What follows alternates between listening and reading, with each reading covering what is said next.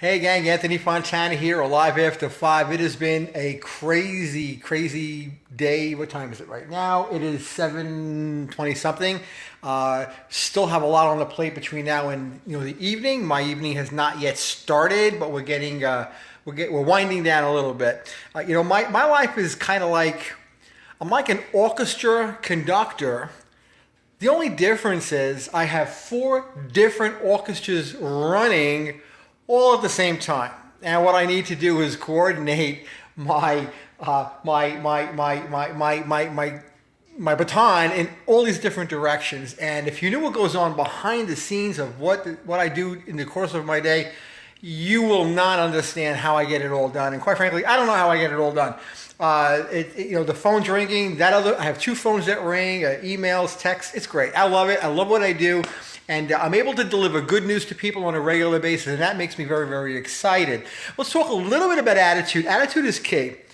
The reason I'm able to maintain this level of positivity in the face of sometimes fires exploding all around me on a regular basis is because I understand that I'm blessed. I understand and I value the life that I have.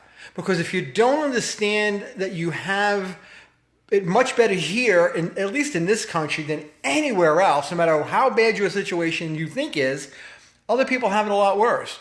So I'm able to understand that, and often I get challenged all the time. I mean, I saw somebody today on a post, a realtor that I worked with for years ago, and I was told by the management team that was running my branch that, you know what, you're wasting your time there. They're not giving you business. Let's go move on to a different direction.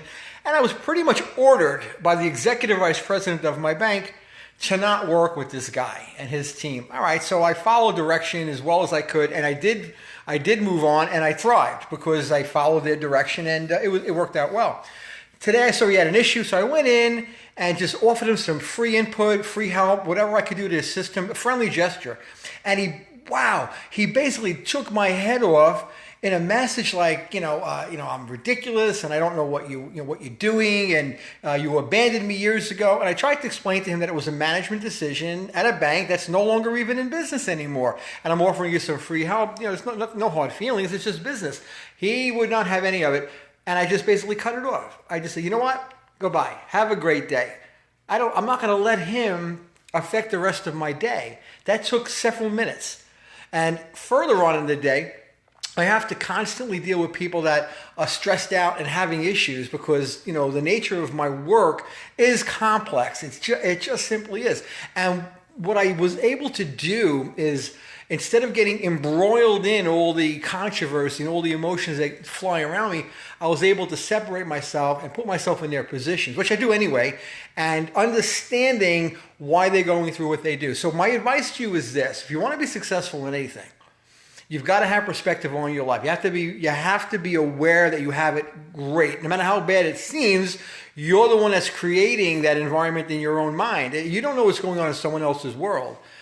Yeah, you have people that look happy, they look fantastic, they look great, and then when you really dive into it, what's going on in their home, and what I mean their home is their brain, their mind, is there's a lot of turmoil going on. There's a lot of stress happening, and they may be striking out. They may be striking out at you. It's like the old story where, a cat's sitting in its living room, and the owner is a janitor, and he comes home and he kicks the cat. And the cat's like, what the heck did I do? Well, and that whole thing starts out when the executive of the company maybe walked into his office and he's having a bad day. Maybe he had an argument with his wife before he left for work. Gets to his office. He starts yelling at his secretary. Now, the secretary has no idea what's going on. She's just a secretary, and she allowed his mood to affect her mood. And then she turns around and she goes out to the clerk that's outside handling all the clerical duties for the office, and she starts yelling and browbeating the clerk to do something a different way. And the clerk's like, what did I do? So he's like, he doesn't know what happened. Now he's in a bad mood, and he goes down, to the cafeteria to get a sandwich, and he has a run-in with one of the cooks in the company cafeteria. Starts yelling at the cook. And the cook's like, I don't know what I did. Why was he yelling at me? And then the next thing you know, the cook is, wandering around doing whatever he does, and he sees the janitor. and the janitor is just being a janitor, and he starts yelling at the janitor for not picking up a cigarette butt on the floor of the restaurant lobby or whatever. And the janitor's like, what did I do? I didn't do anything. The janitor goes home and he kicks the cat because he has nobody else to yell at. So what your mood, you influence a world around you that you don't even realize that your attitude is its currency. You get to spend it any way you want. A bad attitude, you're going to spend it just as easily as a good attitude. You don't know what's going on in someone else's world. I mean, I could say there's two people behind door number one, a person behind door number one, and a person behind door number two.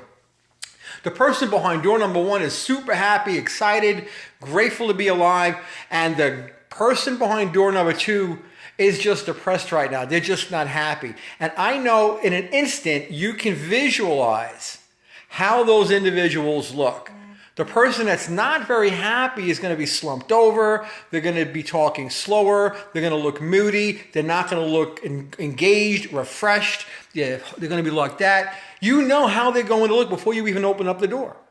Well, how you look to other people depends on what's going on in your world. So if you're upset and depressed or angry or whatever, it's showing up right here.